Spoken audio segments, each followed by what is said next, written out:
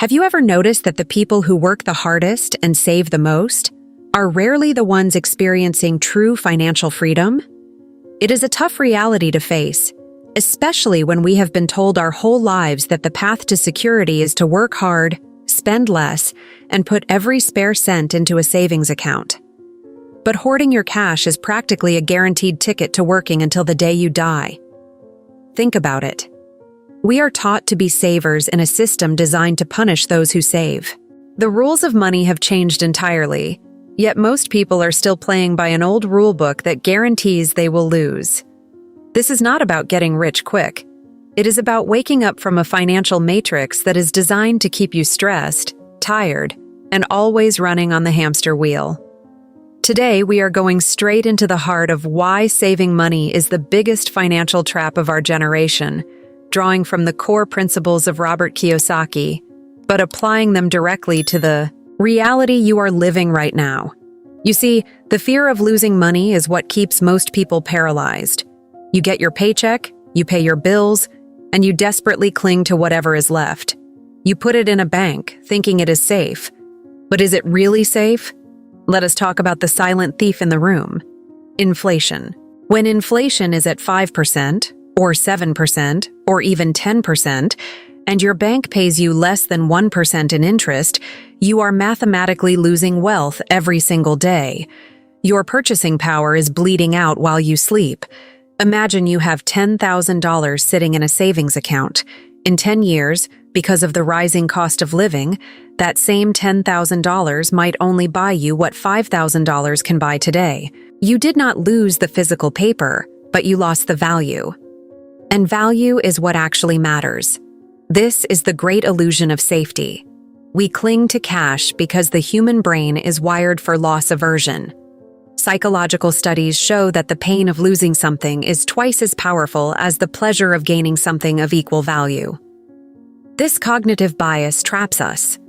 We are so terrified of seeing our account balance dip that we accept the slow, invisible drain of inflation just because we cannot see it happening on our bank statements. We sacrifice our future freedom for the temporary feeling of security today. And this ties perfectly into our well-being. Have you ever noticed how thinking about money makes your chest tighten?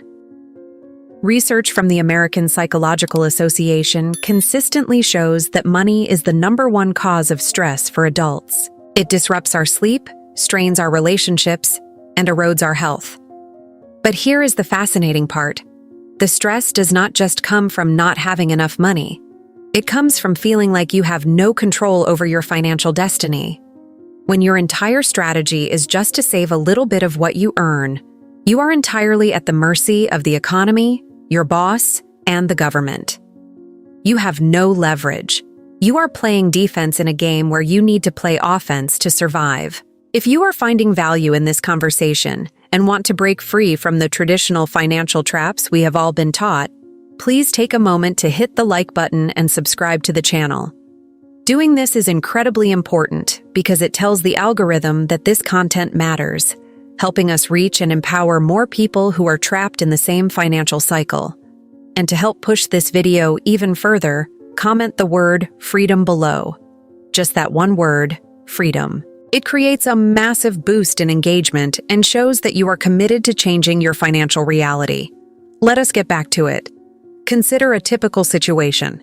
Let us look at a guy named David. David does everything right according to the traditional system.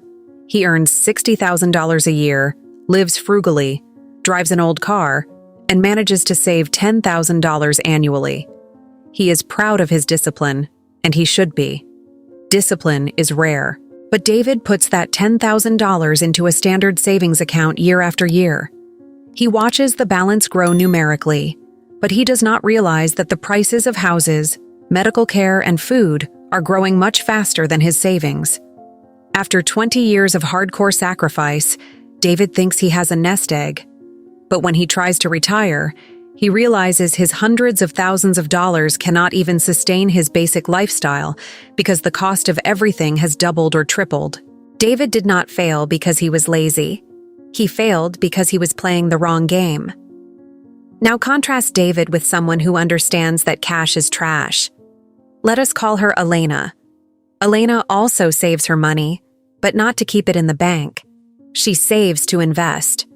She understands that currency must flow like an electrical current to have power. Once she accumulates $10,000, she uses it as a down payment on a small income-producing asset. Maybe it is a piece of real estate, or maybe she invests it into a side business that generates cash flow. She turns her flat, dying cash into an active worker that goes out and brings more money back to her.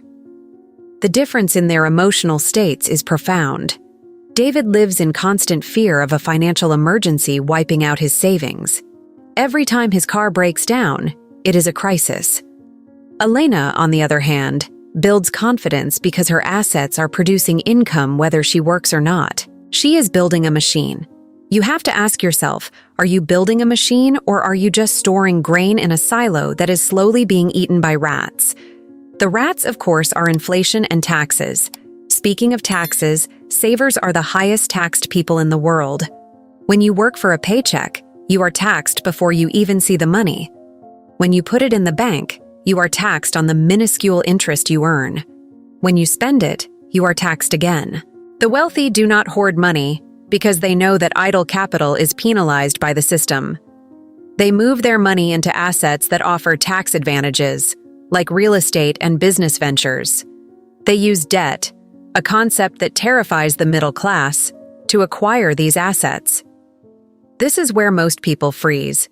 The idea of using debt to buy an asset goes against everything our parents taught us. We were told debt is evil. But there is a massive difference between consumer debt, like putting a flat-screen television on a credit card at 20% interest, and productive debt, like getting a mortgage at 4% interest to buy a rental property that pays you an 8% return. Good debt makes you rich. Bad debt makes you poor. Saving your money while avoiding all debt completely is a fundamental misunderstanding of how modern wealth is created. To really let this sink in, I want to issue you a challenge. For the next 30 days, I challenge you to stop looking at your income as something to simply be saved or spent. I want you to track every single dollar you earn and categorize it into two buckets: liabilities and potential assets. Every time you are about to buy a liability, something that takes money out of your pocket, pause and ask yourself if that same money could be redirected into something that puts money into your pocket. Spend the next 30 days reading financial statements, studying cash flow, and actively looking for one small asset you could acquire instead of letting your money rot in a bank. It does not have to be a multi-million-dollar apartment complex. It could be investing in a skill that increases your earning power, buying a piece of equipment to start a side hustle, or purchasing your first fraction of an index fund. The goal is to rewire your brain from a saver mentality to an investor mentality. Just 30 days of doing this will permanently alter how you view every transaction for the rest of your life. And why is this shift so critical right now? Because the gap between the wealthy and the poor is widening at a speed we have never seen before in human history. The middle class is being systematically wiped out by the devaluation of fiat currency. If you rely solely on your labor to generate income and rely solely on savings to protect your future, you are fighting a losing battle against macroeconomic forces that are entirely outside of your control. You cannot outwork the money-printing machines of the central banks. You cannot outsave the devaluation of your own currency. You must learn to trade your dying dollars for assets that hold their intrinsic value and produce more cash flow. This requires a profound shift in identity. You have to stop seeing yourself as just an employee who saves and start seeing yourself as an allocator of capital. Even if you only have $100 to spare this month, you are an allocator. Where are you allocating that $100? Is it going toward temporary comfort, or is it going toward permanent freedom? The rich get richer because they buy assets. The poor and the middle class buy liabilities that they think are assets. A house you live in is not an asset if it only takes money out of your pocket every month for maintenance, taxes, and insurance. It is a liability. It only becomes an asset if it puts money into your pocket. This single distinction is the foundation of financial literacy, yet this is actively kept out of our school systems. We are taught trigonometry, we are taught the history of ancient civilizations, but we are never taught how to manage the one thing we will use every single day of our adult lives: money. We are trained to be obedient workers who follow orders, pay our taxes, and deposit our leftovers into the banking system to keep the whole machine running. When you step out of line and decide to become an investor, you are rebelling against a system that profits from your financial ignorance. It is scary because it goes against the herd. Humans are social creatures. Evolutionarily speaking, staying with the herd meant survival. Wandering off alone meant you would get eaten by a predator. So when you tell your friends and family that you are not going to just save your money in a bank anymore, that you are going to invest it, use leverage, and acquire assets, they will look at you like you are crazy. They will project their own fears onto you. They will tell you it is too risky.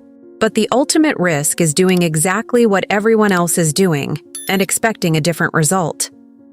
The ultimate risk is trusting a retirement system that is fundamentally broken and hoping that somehow, magically, you will have enough to survive when your body is too old to work. You have to find the courage to stand apart and educate yourself. True financial education is the ability to recognize an opportunity when everyone else sees a risk, and to see a massive risk when everyone else sees safety. Keeping all your wealth in fiat currency in a savings account is the greatest risk of all in our current economic environment. We are witnessing the slow collapse of purchasing power globally. You can feel it every time you go to the grocery store, every time you fill up your gas tank, and every time you look at housing prices. The numbers keep going up, but the value of your labor stays the same. The only way to hedge against this is to own things that increase in value along with inflation. When the price of milk goes up, the price of real estate goes up. When the cost of living goes up, the rents you can charge on an investment property go up. Inflation destroys the saver, but it actually enriches the debtor who owns cash-flowing assets. It is a massive transfer of wealth from the uneducated to the educated, and it is happening right now, whether you choose to participate or not. The game is being played. You are on the field. The only question is whether you know the rules or whether you are just running around blindly while the opposing team scores point after point. Are you still waiting for the perfect moment to start building your wealth? Let me tell you a secret. The perfect moment is an illusion created by your fear. We are taught to be terrified of making mistakes. Go to school, get a safe job, save your money in a bank account. But what happens when inflation eats away at those savings? You feel stressed, anxious, and stuck. It is completely normal to feel paralyzed when you think about losing your hard-earned money. But what is the real cost of doing nothing? Studies in behavioral economics show that loss aversion makes the pain of losing money feel twice as intense as the joy of gaining the exact same amount. This psychological trap keeps millions of people locked in the rat race, trading their precious time for a paycheck that barely covers the bills. If you are finding value in this conversation and it is making you rethink your relationship with money, please hit the like button and subscribe to the channel. It tells the algorithm that this knowledge matters and helps us reach more people. Also, drop the word freedom in the comments below so I know you are committed to changing your financial destiny. Think about a regular professional right now. Let us say they work 40 hours a week, pay their taxes, and try to save 10% of their income. But the cost of living keeps rising. Rent goes up, groceries go up. They are terrified of investing because the market seems like a casino to them, so they keep their money sitting in a savings account. 10 years later, their purchasing power has collapsed. Now imagine if they had invested just $50 a month into a cash-flowing asset and focused on financial education instead of just blindly saving. Their financial reality would be completely different today.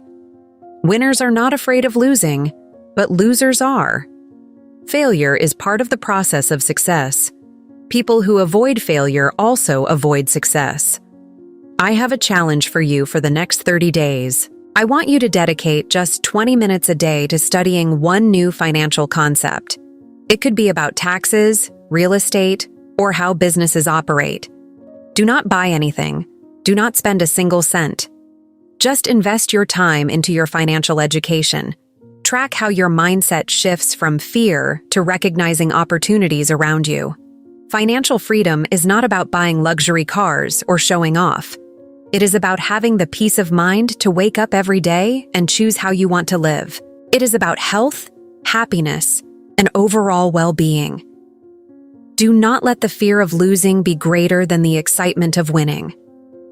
I want you to think of one person right now, a friend, a family member, or a colleague who is working hard but still struggling, someone who needs to hear this message and wake up from the financial matrix. Share this video with them right now. Be the spark that changes their financial future. Keep learning, keep questioning, and keep growing. This is Robert T. Kiyosaki, reminding you that your mind is your greatest asset.